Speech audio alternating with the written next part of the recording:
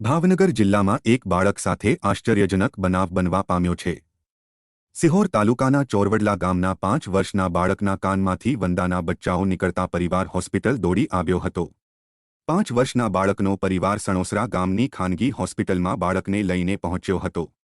જો કે ડોક્ટર દ્વારા બાળકના કાનમાંથી 15 જેટલા વંદાઓને બહાર કાઢ્યા હતા। આ વાંદાઓને કારણે બાળક ઘણા સમયથી પીડાતો હોવાનું સામે આવ્યું છે।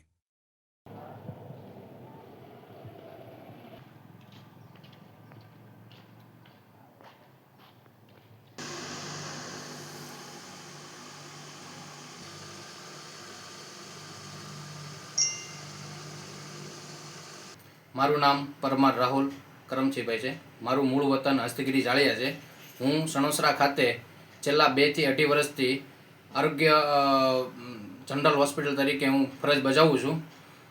તારીખ 10/6/2025ના રોજ સિહોર તાલુકાના ચોરવડલા ગામનું એક માસૂમ બાળક એમના પરિવાર સાથે મારી ખાનગી હોસ્પિટલમાં આવ્યું અને કાનની કમ્પ્લેન આવ્યું અને મેં મારા દૂરબીન વડે મેં એને કાનમાં તપાસ્યું તો તેમાં મને કોકરચ જાણવા મળ્યા અને કોકરચ જણાવતા મેં મારા દૂરબીન વડે મેં ઓપરેશન ચાલુ રાખ્યું અને મિનિમમ 20 મિનિટમાં મેં 12 જેટલા કોકરચ જીવિત કાઢ્યા અને પેશન્ટને સહી સલામત ઘરે મોકલ્યું।